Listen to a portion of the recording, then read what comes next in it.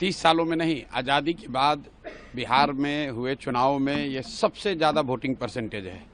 ये दो बातों को दिखाता है। पहला कि जो बात हम लोग पिछले कई महीनों से, बल्कि मैं 1-2 साल से कह रहा हूँ कि बिहार में 60% से ज़्यादा जनता बदलाव चाहती है और पिछले 25-30 साल से जो राजनीतिक विकल्प के अभाव में एक तरह से धीरे धीरे राजनीति को लेकर, चुनाव को लेकर उदासीनता बन गई थी, विकल्प नहीं था लोगों के पास।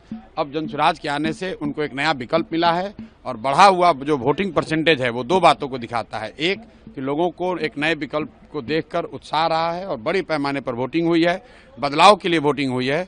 और दूसरी बात, जो बड़े प्रवासी मजदूर हैं जो बहुत बड़ी संख्या में छठ के बाद रुके हुए हैं, उन्होंने अपना और अपने परिजनों का, अपने मित्रों का जो वोट कराया है उसने सबको सरप्राइज किया है।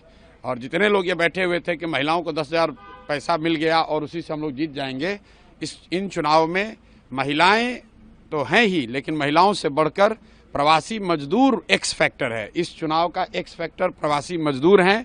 वो क्या कर रहे हैं, वो अपने दोस्तों, मित्रों, परिवार वालों से कैसे वोट करा रहे हैं, इसी से बिहार का चुनाव तय होगा। जनसुराज कितना कॉन्फिडेंट है अपनी जीत को लेकर के? कितनी सीट? जनसुराज बिल्कुल कॉन्फिडेंट है कि 14 तारीख को आप देखेंगे इतिहास लिखा जाएगा। बड़े बड़े पंडित, कोई ये नहीं बता रहा था कि जनसुराज इस बार इतने बड़े पैमाने पर वोटिंग होगी।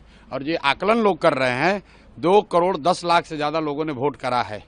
कोई आकलन, कोई पत्रकार, कोई असेसमेंट करने वाला आदमी कितने लोगों से मिला होगा? कल लोग बैठे बैठे 10-15 लोगों से फोन करके अपना हवा बता रहे हैं कि किसने किसको वोट दिया। किसी को जानकारी नहीं है। जब 14 तारीख को काउंटिंग होगी तभी पता चलेगा कि 2 करोड़ से ज्यादा लोगों ने किसको वोट दिया है सबसे ज्यादा मात्रा में। जो हम लोग देख रहे हैं कि जो प्रवासी मजदूर है वो बदलाव चाहते हैं और बहुत एग्रेसिव होकर उन लोगों ने वोटिंग किया और कराया है।